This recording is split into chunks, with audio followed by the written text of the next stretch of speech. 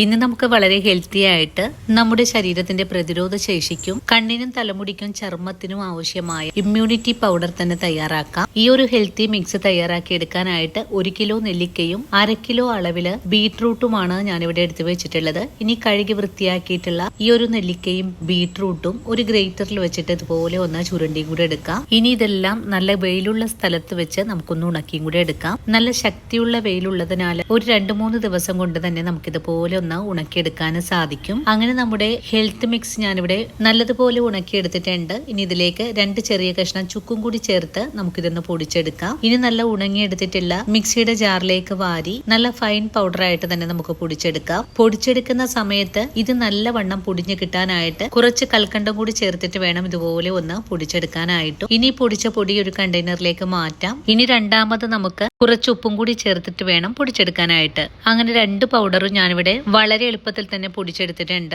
ഇനി ഈ പൊടി വെച്ചിട്ട് നമുക്ക് എങ്ങനെയാണ് ഹെൽത്തി ജ്യൂസ് തയ്യാറാക്കി എടുക്കുന്നത് നോക്കാം. ഇതിനായിട്ട് ഒരു ഗ്ലാസ് ജാറിലേക്ക് നമ്മുടെ ആവശ്യത്തിനുള്ള പൊടി ചേർക്കാം. കൂടെ തന്നെ ഇതിലേക്ക് ആവശ്യത്തിനുള്ള ഐസ് ചേർക്കാം. ഇനി നേരത്തെ തന്നെ വെള്ളത്തിൽ കഴുകി കുതിർത്തിയെടുത്തിട്ടുള്ള ചിയാ സീഡും കൂടെ ചേർക്കാം. അതിനുശേഷം ആവശ്യത്തിനുള്ള വെള്ളവും കൂടി ചേർത്ത് നന്നായിട്ട് ഇളക്കി ഒന്ന് യോജിപ്പിച്ചതിന് ശേഷം ഗ്ലാസ്സിലേക്ക് ഒഴിച്ചെടുക്കാം. അങ്ങനെ വളരെ ഹെൽത്തി ആയിട്ടുള്ള ഹെൽത്തി ജ്യൂസ് ഇവിടെ റെഡിയാണ്. വീഡിയോ കണ്ട് എല്ലാവരും തയ്യാറാക്കി വെക്കണേ. ഷുഗറും കൊളസ്ട്രോളും പ്രഷറൊക്കെ ഉള്ള ആൾക്കാർക്ക് ഒരു പേടിയും കൂടാതെ കഴിക്കാൻ പറ്റിയ ഒന്ന് തന്നെയാണ്. അപ്പോൾ ഇനിയും നല്ലൊരു വീഡിയോ ആയിട്ട് നാളെ കാണാം.